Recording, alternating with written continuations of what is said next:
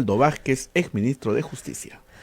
Doctor Vázquez, muchas gracias por estar con nosotros. No, encantado de estar con ustedes. Muchas gracias por la invitación. Bueno, estamos acá discutiendo sobre creencia y ciencia y claro, muchos colegas basan sus interpretaciones de la Constitución en la creencia, ¿no? Pero no en la ciencia. Y uno termina muy confundido, y el público en general, ¿no? Y eso hay que decir un poco sobre la profesión de Derecho. La confusión pública es que uno tiene un abogado para cualquier cosa. Eso es lo que te dicen al final. Nada, abogado consigues para cualquier cosa. Para que te digan lo que tú quieras decir. ¿Es así? ¿Qué le podemos decir al público en primer término sobre la profesión de abogado? No, claro, la profesión de abogado supone además un conocimiento complejo y también hay una suma extensa de especialidades, ¿no? Ahora que hemos vivido un debate intenso en torno de la cuestión política y constitucional, por supuesto que son los abogados constitucionalistas los que nos han aportado elementos. Y además esto es muy importante porque ninguna norma puede situarse absolutamente en todas las posibilidades que ofrece la realidad. Ese es el problema. Y entonces ahí se requiere del conocimiento especializado para poder aportar elementos para la comprensión de la norma constitucional. Ahora, es gracioso porque en el Comercio publicaron un diccionario de términos para esta crisis, lo hizo Jerónimo Pimentel en tono de broma, ¿no? Era sarcástico, y decía: constitucionalista, definición, hombre heterosexual blanco que tiene un alto aprecio de sí mismo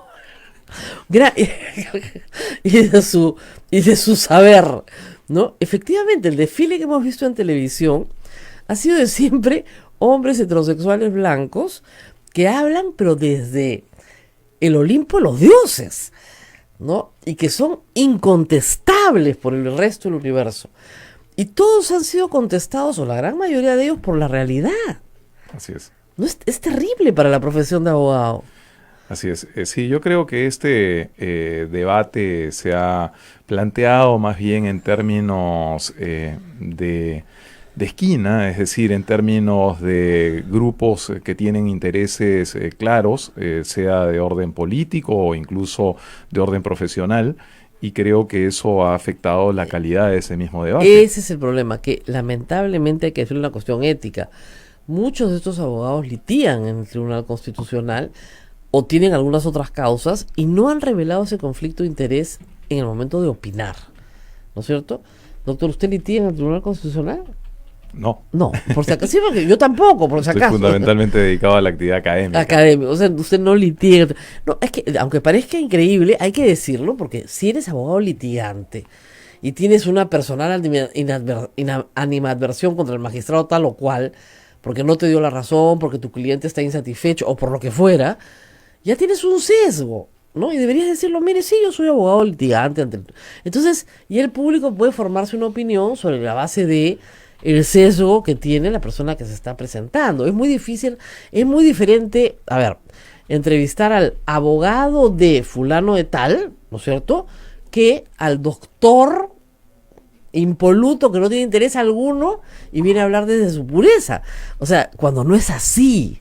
Y eso ha generado mucha confusión en la gente. Se ha planteado por eso la conveniencia de que incluso cuando se emite opinión, incluso a través de las redes sociales, pero con mucha mayor razón a través de los medios de comunicación, se expliciten estos intereses, de tal modo que cada quien pueda formarse su propio juicio desde la comprensión de que quien está interviniendo lo hace a partir de un interés singular. O por último, decir: señor, yo no puedo opinar porque tengo conflicto de interés. Así es. O sea, o lo dices y opinas para que todos tengan, ¿no?, usted salvado el sesgo, o lo dices simplemente: yo de esta materia no opino porque tengo conflicto de interés, no puedo. Sí. Ahora, algo que llama la atención, me parece, en el caso del debate local que hemos tenido, es que por la figura de la disolución de los congresos no es una figura original, por supuesto, en el constitucionalismo peruano, sino que está presente sobre todo en los regímenes parlamentarios, pero también en los regímenes semipresidenciales, al que adscribe de alguna forma el régimen constitucional peruano. Y en ninguna parte los congresistas se arman de un conjunto de constitucionalistas que defienden su permanencia en sus escaños. Bueno, es verdad, sería bastante extraño, ¿no? Mire, que en España hubiera un conjunto constitucional. Así es, pero ya no lo digo solamente respecto de los regímenes parlamentarios, Claro, como es claro. el caso español. Por supuesto, hace pocas semanas se ha determinado la disolución de la Asamblea o del Parlamento canadiense, ¿no? Claro, Y por claro. supuesto, a nadie se le ha ocurrido atrincherarse en el Parlamento ni salir a las calles. Y lo mismo en España o en general en los regímenes parlamentarios. Pero incluso en aquellos regímenes de corte semipresidencial, como el caso de Francia o el caso de Portugal, hace 2 o 3 años el presidente portugués disolvió la Asamblea Nacional, o en el año 97 el fallecido expresidente Chirac disolvió la Asamblea Nacional, es decir, la Cámara Baja del Parlamento francés, y por supuesto que esto se recibe con absoluta naturalidad, porque se entiende que es una facultad bastante discrecional del jefe del Estado, del presidente de la República, y se entiende además esto porque se apela al soberano, se apela al árbitro Al pueblo. supremo, ¿Qué se es lo apela que- al pueblo, y qué- todos los poderes constitucionales emanan del pueblo. Bueno, ¿qué es lo que dice Chirino Sotos en el famoso diario de debates? Dice Así al es. final, bueno, le devolvemos el poder al pueblo. Así es. O sea, si hay esta tensión que no se puede resolver, que el pueblo decida. Que ese es el sentido fundamental de la disolución de un Congreso. Claro. Es decir, no es el castigo a los congresistas, aunque esto venga implícito, sobre todo en un cierto sector del electorado. Lo fundamental cuando se apela a esta decisión de disolución de un parlamento, lo esencial es precisamente devolverle la capacidad de decisión al pueblo, Claro, al soberano. Y como he dicho la gente, es que nada garantiza que sea mejor.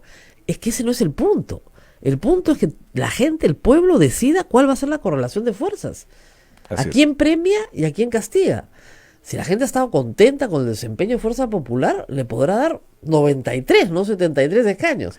Pero si ha estado muy molesta, de repente no le da ninguno. Entonces, Y es el caso justamente que citaba hace un momento del expresidente Chirac, que en el año 97 disolvió la Asamblea Nacional.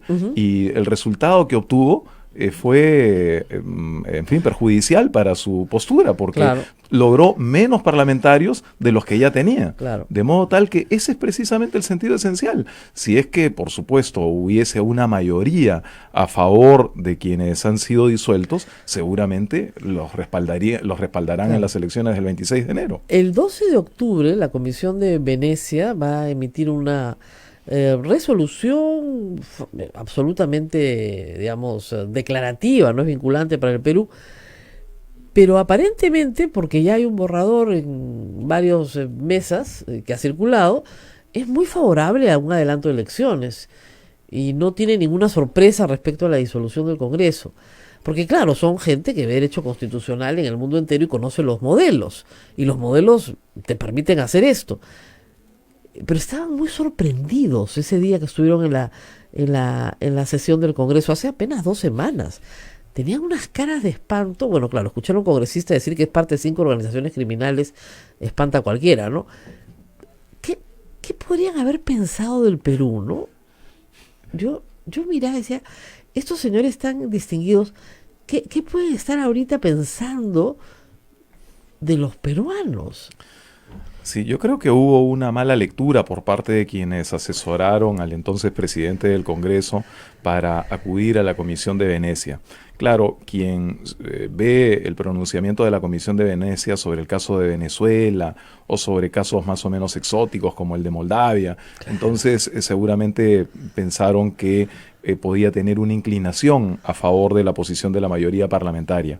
Pero, sin embargo, si uno hace una lectura más bien exhaustiva de los pronunciamientos de la Comisión de Venecia, comprende que ellos tienen pues un conocimiento cabal del derecho y que saben perfectamente que estas figuras, tanto de adelanto de elecciones como de disolución del Congreso, son figuras recurrentes en el derecho comparado. Pero si alguna duda tenían antes de venir al Perú, por supuesto que éstas se diluyeron absolutamente luego de escuchar a algunas de las figuras de nuestro disuelto Parlamento, ¿no? Claro, yo creo que sí, pues fue contraproducente, ¿no? Ahora, el presidente de la Comisión Permanente, el señor Lachea, está viajando a Venecia para participar en las sesiones solo. O sea, sin procurador peruano, solo. Va a ser un poco extraño, No, ¿no? además que la comisión yo creo que no escapará a su criterio cómo es que se ha procurado su instrumentalización, porque claro, ¿qué Claro. sentido tiene hacer una consulta cuando no se espera a que ésta sea absuelta en su oportunidad? Claro, no son tan tontos como para no darse cuenta de que los dejaron en offside, ¿no? Evidente, evidente, Que no había ninguna preocupación por conocer su opinión en realidad. Era una evidente. forma de ganar tiempo, pero después las órdenes fueron otras y se archivó todo el proyecto. Ahora, hay los que señalan, vamos a utilizar los argumentos, varias cosas. Primero, que no hay esta disolución fáctica, ¿no es cierto? Y hay algunos muy formalistas, ¿no? Que señalan que la cuestión de confianza tiene que votarse en el fondo del asunto y se tiene que remitir un oficio con su resultado específico al primer ministro. Sí. Y hasta que no se remite el oficio sellado y firmado por el presidente del Congreso, no se ha producido el rechazo a la confianza.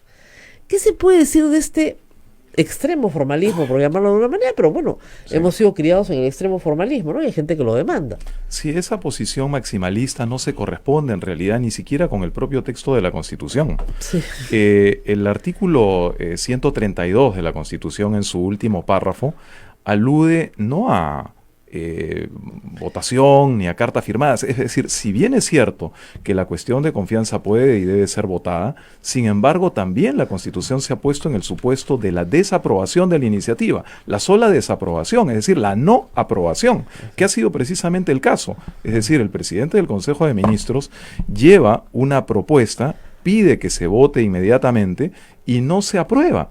Entonces esa desaprobación obliga a los ministros a renunciar, como efectivamente ocurrió. El texto constitucional es nítido, es decir, la sola desaprobación de la iniciativa ministerial ya da lugar a la renuncia cuando se ha hecho cuestión de confianza, Así y es es. lo que ha ocurrido. Ahora, sin embargo, si se quiere votación, como ha sido señalado por usted y ha sido también destacado en otros ambientes, se llegó a votar, ¿no? Se llegó a votar una cuestión previa referida estrictamente a la cuestión de confianza y que fue rechazada por 80 votos. Pero por si todos estos argumentos no fuesen suficientes, debe imponerse también un principio que prima en nuestro ordenamiento jurídico y que es ampliamente acogido en el derecho comparado, que es el principio de realidad. Ujú. Es decir, no puede alguien ocultarse en medio de formalismos para desvirtuar lo que es un hecho, ¿no? Y el hecho macizo es que, claro, si empezaba a votarse, y como efectivamente se votó en dos casos, la designación de magistrados del Tribunal Constitucional, ciertamente se estaba desatendiendo el pedido de cuestión de confianza, se estaba desaprobando la cuestión de confianza, obligando de esta forma al Consejo de Ministros a renunciar, que como he señalado, está obligado a renunciar porque así lo manda la Constitución. Claro, además, miren, es interesante el 132, porque el 132 dice lo siguiente, ojo, ojo al oído, el Congreso hace efectiva la responsabilidad política del Consejo de Ministros o de los ministros por separado mediante el voto de censura, ahí hay un voto, o el rechazo a la cuestión de confianza. Entonces, lo que implica es rechazar. Luego, en el mismo texto del 134, se habla de negado la confianza, ¿no es cierto? Y en el 136, si la confianza le es rehusada. Entonces hay rechazo, rehusar, negar. Pero en ninguna parte se dice que hay que, como se dice, votar la cuestión de confianza sola y mandar un oficio al presidente de la República donde se le indica que ha sido rechazado. Eso no está en ninguna parte. Sí, en todo caso sería una de las posibilidades, pero Lo que, no es lo la, que- pero no es la, claro, pero en lo ningún que caso indica, la única. lo que indica la Constitución es que hay una conducta manifiesta del Congreso. Así es. Y el Congreso se rehúsa. Entonces, miren ustedes, vamos, como se dice en el derecho, a aplicar el ejemplo contrario. El Congreso decide no votar pues la cuestión de confianza. Nunca, Así es. nunca. Ah, no, hasta que no esté votada no se puede. No la vamos a votar. No la hemos rechazado, no la hemos aceptado, pero no la vamos a votar. Sí, hoy en, O lo que ha pasado varias veces, 2 veces, la vamos a votar y después vamos a hacer lo que nos da la gana. Hoy en la jurisprudencia constitucional se empieza también a hablar de esta figura que viene del derecho civil, del fraude a la ley, y se empieza a hablar del fraude a la Constitución. Es decir, yo me aferro Claro, al texto de la norma, pero para lograr un propósito que es exactamente inverso. Claro. Que es contrario a derecho. A lo que dice la norma, además. Así es que es contrario al propósito y al Claro. espíritu de la norma. O sea, como bien sabemos, frente a la censura, que es una potestad del Congreso de la República, el Congreso de la República puede censurar a los ministros y los ministros no pueden atrincherarse No. en su despacho ministerial, sino tienen que irse.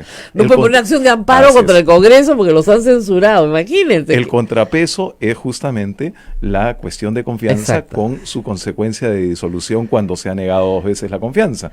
De modo tal que yo no tengo ninguna duda de que el Poder Ejecutivo y el Presidente de la República han actuado en el marco de nuestra Constitución. Es verdad que casi en 40 años de existencia de esta figura constitucional de disolución, porque está presente desde la Constitución de 1979, no se había aplicado hasta ahora. Y entonces eso suscita probablemente, ante la falta de precedente en el Perú, suscita un debate intenso. Pero lo reitero, a nivel internacional esta es moneda corriente. Es Claro. moneda corriente además porque se apela en definitiva a la voluntad popular, a la decisión del soberano, y los poderes del Estado emanan del pueblo, de modo que acudimos al supremo árbitro. Ahora, parece que algunos partidos ya lo comenzaron a entender, ¿no? Más rápido. Dicen, bueno, es un hecho, no podemos hacer nada, ¿no? Pero revisando esto, porque esto genera pues siempre precedente, ¿no? Revisando esto, la Comisión de Alto Nivel para la Reforma Política sí había pedido, y con razón, que se regule tanto la censura como la cuestión de confianza y la vacancia. O sea, las 3 instituciones. Porque las 3 instituciones están de la mano. Es un sistema de contrapesos. Sí. ¿No? ¿Y qué podríamos decir eso sobre una regulación futura, ¿no? En un ambiente mucho más académico y más sano, ¿no? ¿Qué se podría decir sobre lo que hay que hacer con las 3 instituciones? Bueno, probablemente habría que hacer mayores precisiones a la luz de la experiencia. En realidad es la experiencia la que nos invita a estas precisiones. Sin embargo, yo no creo, en honor a la verdad, que el problema fundamental sea de falta de regulaciones. Yo creo que lo que hay es, por supuesto, una tensión política que se ha venido incubando durante 3 años, como ha sido dicho también en otros foros.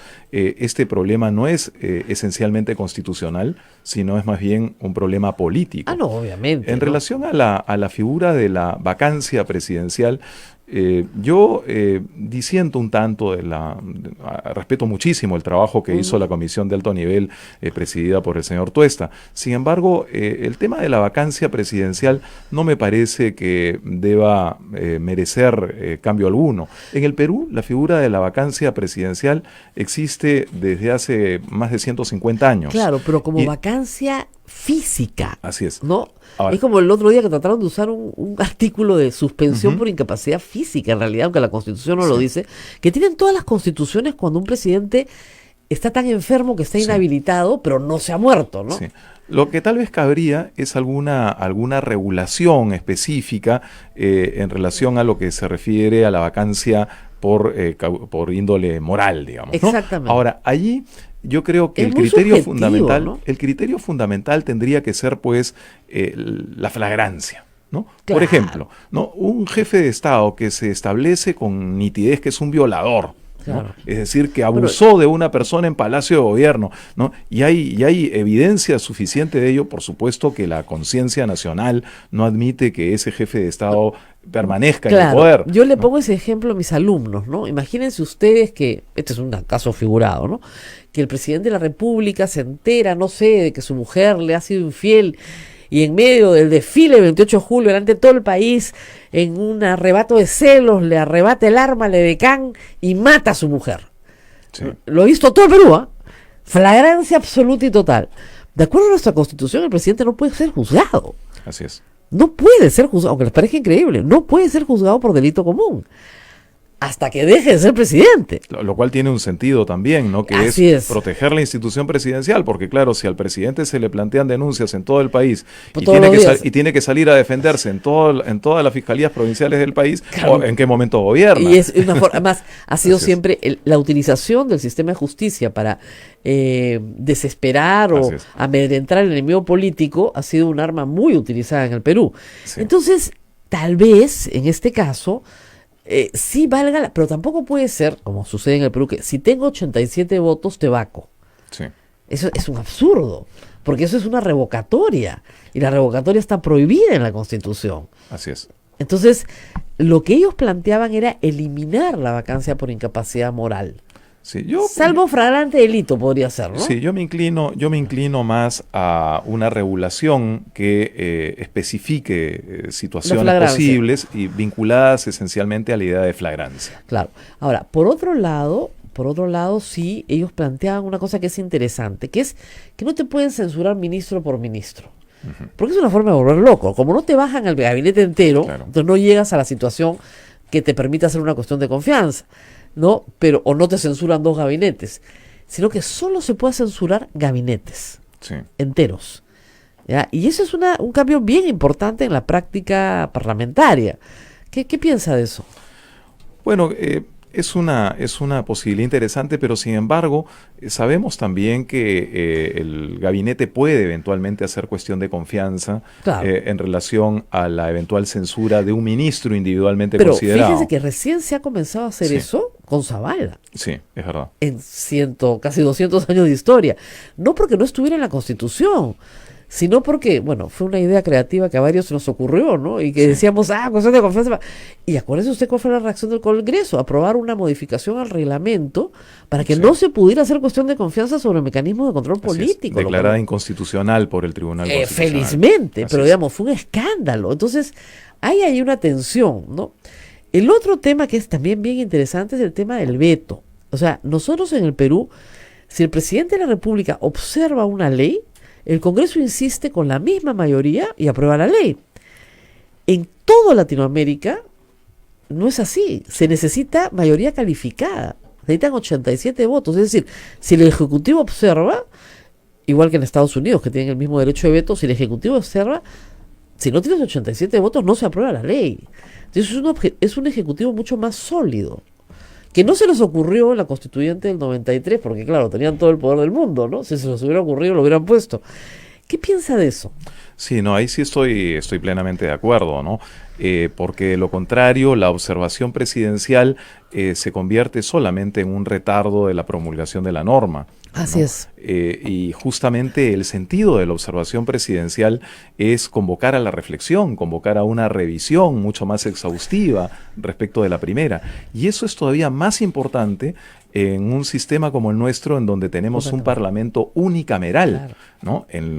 Históricamente el nosotros Consejo- hemos tenido un parlamento bicameral, entonces cabía que esa reflexión se produjese más bien en el Senado de la República. Pero no habiendo Senado, estando ante un parlamento bicameral, por supuesto me parece muy prudente que ante una observación presidencial se requiera de una mayoría calificada que obligue a la generación de un cierto nivel de consenso y sobre todo a la reflexión mucho más aguda en relación a la norma sobre la que se pretende, Pues aprobar. en derecho, en términos materiales tenemos dos senados, uno es el Consejo de Ministros y otro es el Tribunal Constitucional.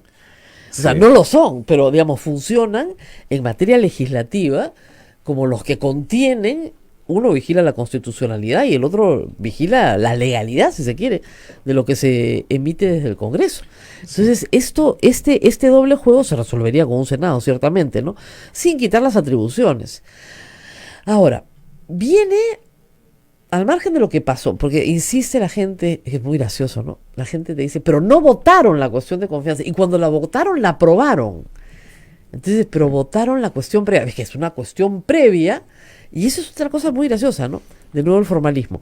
Era una cuestión previa que estaba interrumpiendo un proceso constitucional. Y las cuestiones previas, por su forma, no pueden interrumpir un proceso constitucional como el de la elección de miembros del Tribunal Constitucional. ¿Qué se Sí. repite? ¿Qué se responde a una cosa así? Bueno, en relación a la exigencia de votación, yo creo que hay una primera respuesta que es efectivamente que sí se votó en relación a la cuestión previa, y que la Claro que cuestión sí. previa estaba directamente referida a la cuestión de confianza formulada. Pero aún si este argumento no fuera suficiente para algunos observadores o analistas o para el público, yo lo que creo es que hay que insistir en una cosa, y es que hay que entender que en derecho las cosas son lo que son y no lo que aparentan.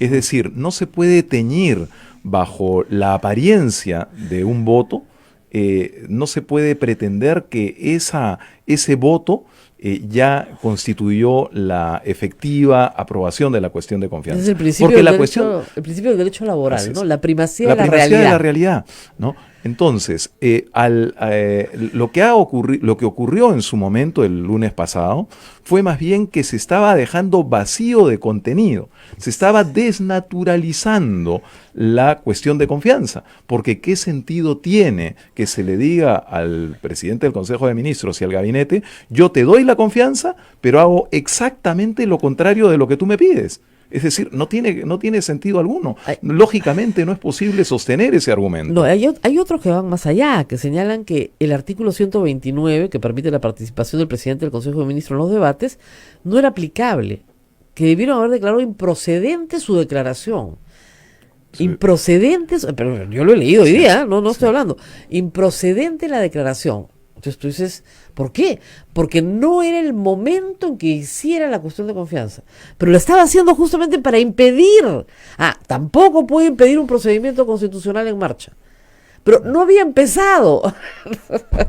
Además, el artículo 129 de la Constitución no establece ninguna limitación. Todo lo contrario, la lectura de su texto lo que indica más bien es una enorme amplitud para el ejercicio de la potestad de los ministros de Estado de intervenir en los debates. Y como quiera que la cuestión de confianza tiene que ser planteada en el Pleno, era absolutamente legítimo que el presidente del Consejo de Ministros formulara la cuestión de confianza en el Pleno. Más bien, el impedirle físicamente al presidente del Consejo de Ministros y a los ministros de Estado acceder al hemiciclo, y, por supuesto que hay allí una infracción constitucional gravísima, severísima, ¿no? Que está limitando una potestad constitucional de los ministros de Estado. Bueno, vamos a ir a una pausa. Nadie se mueve, que tenemos mucho más que comentar acá. Hay varias cosas que están pasando y también viene un proceso electoral, ¿eh? O sea, no se olviden que tenemos que votar ya en enero. Vamos a la pausa y volvemos. Sodomco, Sociedad Dominica de Medios de Comunicación. Somos la primera emisora católica del Perú. La primera en llevarte la mejor información, veraz y precisa, desde el mismo lugar de los hechos. Radio Santa Rosa, buenas nuevas en tu vida. Ya está a la venta nuestra rifa por el sostenimiento económico de la primera emisora católica del Perú. Sortearemos como primer premio un auto 0 kilómetros, además de cocinas, microondas, aspiradoras, bicicletas. Para los presentes, regalos sorpresas y un super show musical, platos típicos y nuestra tómbola regalona. Pueden adquirir sus tickets en nuestras oficinas ubicadas en Girón Camaná 158. Conversando con el doctor Aldo Vázquez, exministro de Justicia y vicerrector de la Universidad Antonio Ruiz de Montoya. Muy bien, la Constitución, y aquí una pregunta que tiene que ver con este proceso electoral, pero lo que pasa antes, ¿no? La Constitución habla de un interregno parlamentario, durante el cual el Ejecutivo legisla, no el Congreso, el Ejecutivo legisla por decretos de urgencia. ¿Qué límites tiene el legislativo? Creo que a mí me queda claro que no puede reformar la Constitución, pero ley orgánica puede hacerlo por decreto de urgencia. Ahí hay una discusión que no está resuelta. Sí. Bueno, el decreto de urgencia obedece pues precisamente a una necesidad de legislar cuando no está en vigencia el Pleno del Congreso de la República. De modo tal que, por supuesto que desde mi punto de vista, el Ejecutivo debiera hacer un uso muy prudente de este recurso. Ahora, sin embargo, hay algunas materias que van a tener que pasar por decreto de urgencia, por ejemplo, el presupuesto general de la República. Eso es lo que sucede. O sea, lo que pasa es que acá hay una pequeña confusión para nuestros oyentes. Los decretos de urgencia que están en la Constitución y que tienen rango de ley, Sí. además, solo son para determinadas materias y por determinado plazo. El plazo Así es. efectivamente está fijado en la Constitución, son los 4 meses, pero sí la materia es solo económica y financiera. Así es. Entonces, lo que te dicen algunos es que solo podría ser para materia económica financiera, pero no. Ahora, yo creo que el Ejecutivo tiene que ser cauto, por supuesto, en el uso de este instrumento, además para evitar cualquier confrontación que agregue más leña al fuego en este contexto de tensión entre sectores políticos. Pero, por supuesto que la propia naturaleza del decreto de urgencia podría llevar a legislar en una situación no prevista en este momento, No económica ni financiera. Le pongo un ejemplo, ¿no? La señora Rosa Bartra, ¿cómo es? No cometió un error, sino un descuido, ¿no? ¿Cómo fue? No me acuerdo cómo fue la palabra.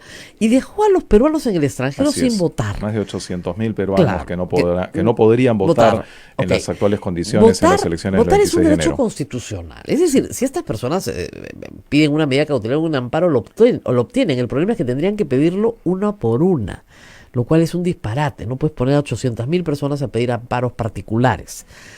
Tiene que salir una norma que establezca que los peruanos en el extranjero sí pueden votar.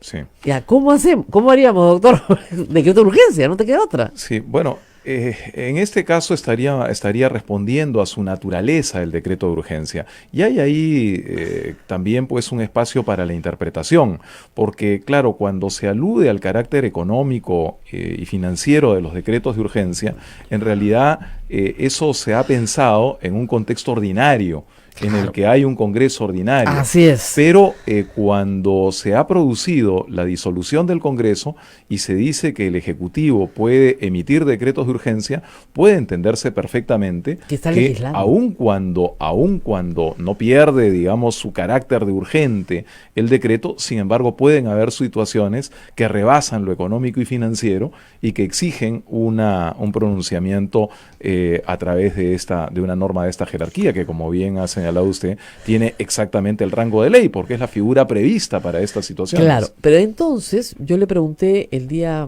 8, ayer feriado, o 7, ¿no? Siete. A la gente, dado que el Ejecutivo tiene facultades legislativas, ¿qué leyes debería aprobar? Y voy a hacer una lista larga, porque esa gente ha sido muy generosa, me da muchas ideas. Un grupo muy grande son leyes vinculadas al estatuto del congresista, que en realidad son reforma constitucional y no se podrían hacer, ¿no? Que no tengan inmunidad, ¿no es cierto? Que no tengan semana de representación, que no tengan antejuicio, en fin. Un grupo grande de personas que están indignadas con el Congreso y que más bien tenemos que esperar que los que se presenten al Congreso nos ofrezcan eso, ¿no? Pero otras normas interesantes, como por ejemplo, esa es una norma económica que nosotros hemos propuesto acá, que las facturas se paguen a los 30 días de vencidas como máximo. Una norma que tiene Chile, ¿ah? Chile de Piñera, o sea, esto no tiene nada de socialista. ¿Por qué? Porque hay millones de soles en el mercado que las grandes empresas con proveedores pequeños no pagan. Y son millones. Y se vive del factoring cuando perfectamente a los 30 días se podía pagar lo que se debe. Claro, obviamente con un plazo de adecuación. Ese tipo de normas, ¿las podría sacar el Ejecutivo? Bueno, esta última, si es que se puede fundamentar respecto de su carácter económico y financiero, sí eventualmente podría ser aprobada mediante decreto de urgencia. Claro. Ahora, sin embargo, insisto en que esta no es una oportunidad para que el Ejecutivo pueda legislar lanzar con absoluta amplitud. Claro, no es el año 92. No es ese el espíritu, digamos, de la Constitución. Estamos claros que estamos ante un interregno, ante una etapa de transición absolutamente Ahora, hay una posibilidad de revisión, temporal, ¿no? Hay una posibilidad de revisión, por supuesto, siempre la hay, ¿no? Pero me parece que sería constitucionalmente discutible y políticamente cuestionable. Claro. ¿no? Porque de lo que se trata justamente en una circunstancia como esta es que el Poder Ejecutivo evidencie su carácter absolutamente democrático. Claro. Y esto no debería ser puesto en cuestión, más aún cuando hay voces, es verdad que voces aisladas, pero hay voces que insisten una y otra vez en que estamos viviendo una dictadura. Y no Aquí estamos en el centro de Lima, acabo de caminar por varias calles, no he visto absolutamente ningún signo de que estemos ante un régimen autoritario, dictatorial. Hay una trinchera en la puerta con 20 militares adentro, no, mentira. No, lo que sucede es que, claro, no, pues es que no es ese tipo de dictadura, ¿no? Es una dictadura, además, según la señora Luz Salgado, estamos en una dictadura comunista, chavista, castrochavista, vizcarrista, ¿ya? Yo le dediqué el programa del lunes a hablar de eso porque, bueno, hay que leer un par de libros de historia, ¿no? Para saber qué cosa es una dictadura comunista, ¿no? A lo Stalin, ¿no? O sea, Antauro propone eso, sí, claro, por supuesto, pero no es el caso actual. Hay personas que dicen, y esta es una cosa que he escuchado mucho, que es como yo digo siempre, que es como estar un poquito embarazado, ¿no? Que no es un golpe de Estado, ¿ah? Pero que es inconstitucional. ¿Cómo se come eso? No sé. No, lo inconstitucional, el prefijo in significa contrario, ¿no? Es no constitucional, contrario a la Constitución. Y justamente lo que hemos tratado de explicar hace un rato es cómo es que esta disolución se produce en el marco de la Constitución. Claro. Es verdad que puede haber algunos aspectos opinables, ¿no? Pero en lo sustancial, por supuesto que se trata de una decisión perfectamente enmarcada en la Constitución del Estado. Ahora, cuando se habla de una dictadura, por supuesto una dictadura por definición es la concentración de todos los poderes en una sola persona o grupo. Para perpetuarse en el poder. Y con el propósito además efectivamente de perpetuarse en el poder. En el caso llama elecciones. Por eso es que se ha hecho muy bien la comparación con lo que ocurrió con el 5 de abril del año 92. Claro. Allí el entonces presidente Fujimori no solamente disolvió el Congreso sin ningún amparo constitucional, sino que además disolvió los gobiernos regionales, cerró la Contraloría General de la República, intervino el Poder Judicial. Se voló toda la Corte Suprema. Por supuesto. Entonces, allí sí estábamos claramente técnicamente ante una dictadura, cuando menos hasta la elección del Congreso Constituyente Democrático. ¿no? Pero nada de eso ha ocurrido, ¿no? De modo tal que hablar de dictadura solamente puede explicarse por la exacerbación de los ánimos, por la intemperancia de algunos, pero no tiene ningún correlato en la realidad. No, pero es inconstitucional. Que más bien, yo creo que la palabra es o sea, yo puedo discutir, y creo que eso es lo que confunde a todos, la conveniencia o inconveniencia, ¿no? Sí. Que es diferente. No, esta medida es inconveniente. Bueno, claro que es inconveniente disolver el Congreso. En ninguna democracia sana, disolver el Congreso es un paseo. En las más sanas nadie se sorprende porque es parte de los atributos propios del presidente, pero en general no es lo mejor que te puede pasar. Lo mejor que te puede pasar es vivir en armonía total. Sí, o como lo decía usted hace un rato, ¿no? Hay quienes piensan que efectivamente nada garantiza que un próximo Congreso sea mejor que el que hemos tenido. Nada lo garantiza. Eso nos lleva al ámbito del debate político, ¿no? Es decir, es por supuesto materia legítimamente opinable. El resultado será favorable, será desfavorable desde el punto de vista político, lo veremos. Yo creo que políticamente ha sido la fórmula más adecuada, porque de lo contrario nos habríamos visto en una tensión interminable entre Ejecutivo y Congreso hasta el 28 de julio de 2021. Pero eso nos lleva al terreno de lo político. Pero desde el punto de vista constitucional, aun cuando pueden haber matices, aun cuando por supuesto siempre es legítima la opinión, sin embargo, yo creo que hoy nadie duda que la decisión se ha tomado en el marco de la Constitución. Claro, digamos, hay que entender, como decíamos, ¿no?, que las formalidades son importantes. La forma, por supuesto, que importa. Por eso era importante que Salvador Solar entre al hemiciclo, diga lo que dijo, en la fórmula en la que lo hizo, además, en los términos en los que, de inmediato, y lo dice muy claramente, para que ustedes me den la confianza o la rechacen. Y es exactamente lo que hacen inmediatamente después, cuando votan la cuestión previa, con los hechos. Entonces, sí hay formalidades que se han cumplido. Lo que no es posible es que tú le digas a una persona no en la mañana y le digas sí en la tarde. Sí. Porque ya... Ahora, efectivamente, el presidente no estaba obligado a disolver el Congreso. No, por supuesto. Eso es su decisión. Esto ha ocurrido porque ya se había producido en este periodo constitucional una primera caída de un gabinete precisamente por negación de cuestión de confianza, que fue el caso del gabinete Zavala, ¿no? De no haber mediado esa situación, por supuesto que el presidente habría estado materialmente impedido de efectuar esta disolución. Y este tema de que no se puede hacer cuestión de confianza en materia constitucional.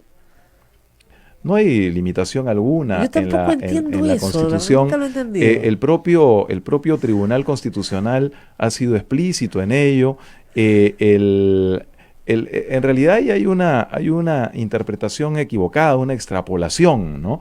Es decir, el artículo 206 de la Constitución alude a la imposibilidad de que el presidente pueda observar normas de carácter constitucional, leyes de carácter constitucional.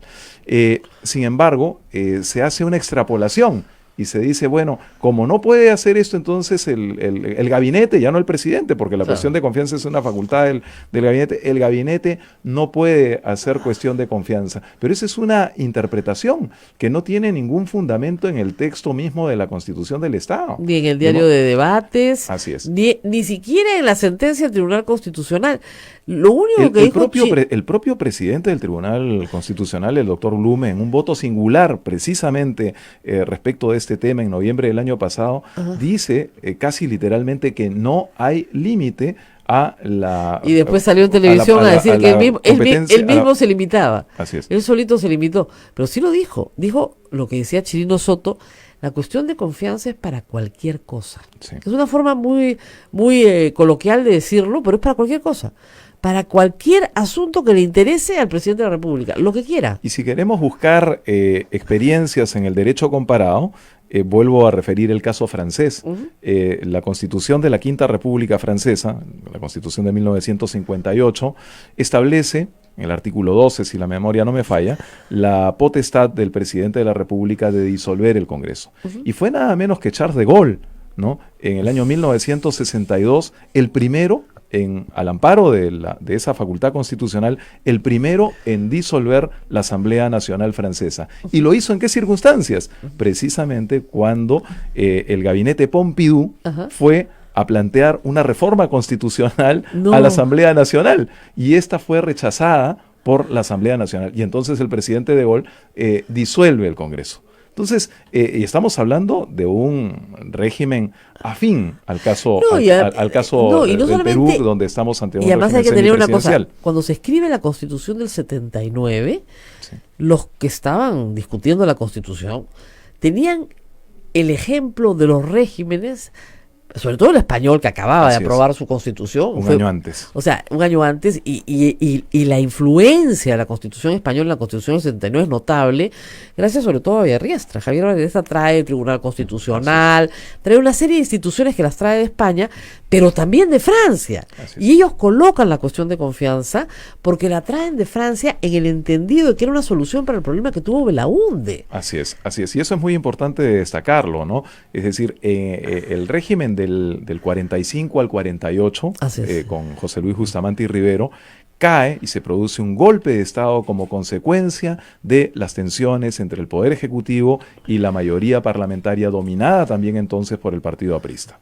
En el 68. El gobierno del año 63 al 68, con Fernando Belaúnde Terry, se repite nuevamente la historia, es decir, la alianza APRO-odrista hace mayoría en el Congreso de la República, hostiliza al Ejecutivo, derriba a numerosos ministros, alguno porque no recordaba cuál era el precio de la papa. De la papa en Ica, o de los payares en Ica, te juro, una cosa así de locos era. Entonces, claro, ante esa experiencia, justamente, con buen criterio, el constituyente del año 79 La importa define. igual, Así porque era es. con 3 gabinetes Así es. y solo diputados. Así es, así es porque había parlamento bicameral, entonces tenía sentido la disolución de la Cámara Política. ¿Qué es lo que ocurre en el derecho comparado? Normalmente lo que se disuelve es la Cámara Política, lo que habiendo en nuestro país un Congreso unicameral, se disuelve el Congreso, pero sin embargo se mantiene la Claro. comisión permanente. Y lo que es interesante es que el texto de Chirino Soto del 92, de que explica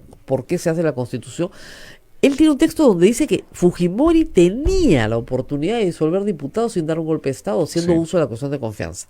Es malo, o sea, lo que le molesta es que no se haya hecho uso, no se forzara la figura de la cuestión de confianza para disolver el Congreso constitucionalmente. Eso está por escrito. Sí. Lo que sucede es que luego, en la asamblea ya del 93, cuando le piden los fujimoristas que institucionalice la disolución sin causa, por una vez durante el mandato, Chirino Soto le dice no. Eso es institucionalizar el 5 de abril. Ya tiene la cuestión de confianza. Sí, Ya está. Ya no sean 3 gabinetes, sean 2 gabinetes.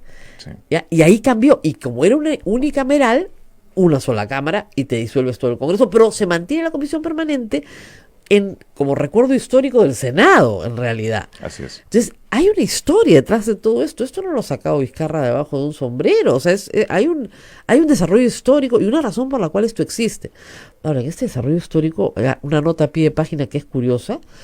En el 48, en el 68, en el 92 y en el 2019 ha habido un partido político que siempre está en estos eventos. Sí. No tiene pierde.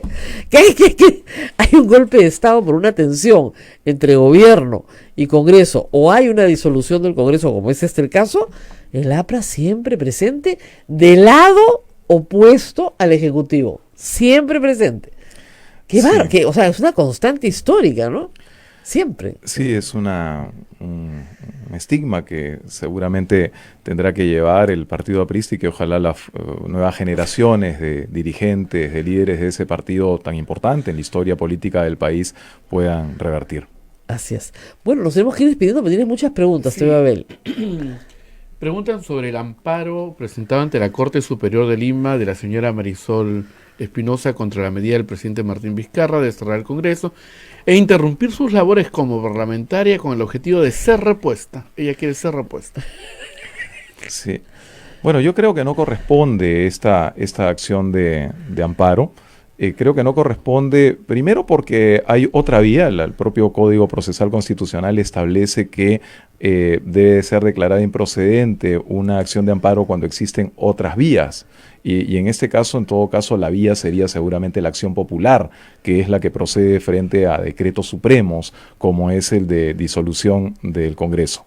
Pero por otra parte, creo que tampoco procede porque ya estamos ante un proceso electoral en marcha, es decir, ya se ha convocado a elecciones, ya el Jurado Nacional de Elecciones ha aprobado un primer calendario, de modo que ya el Jurado Nacional de Elecciones ha tomado jurisdicción sobre este proceso. Ahora Y bien, frente a él, lo único que cabe es la justicia electoral, es decir, no cabe una acción de amparo, no cabe la intervención de los jueces ordinarios ya en este proceso que ya está en marcha. Bueno, miren, en mi, como dicen, humilde opinión, esto es como si un ministro le metiera un amparo al presidente de la República por pedirle su renuncia. Imagínense que un presidente de la República dice, señor, por favor, su renuncia. No renuncio. Lo ceso. ¿Qué ha pasado? A Aurelio Pastor lo cesaron, pues se negaba a renunciar. Muy bien. Entonces yo presento un amparo contra el presidente de la República para que me reponga como ministro de Estado. Ustedes dirían, ¿qué?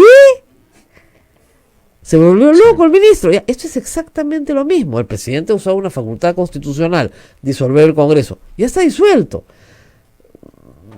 Digamos, ya no te puede, no hay reposición en el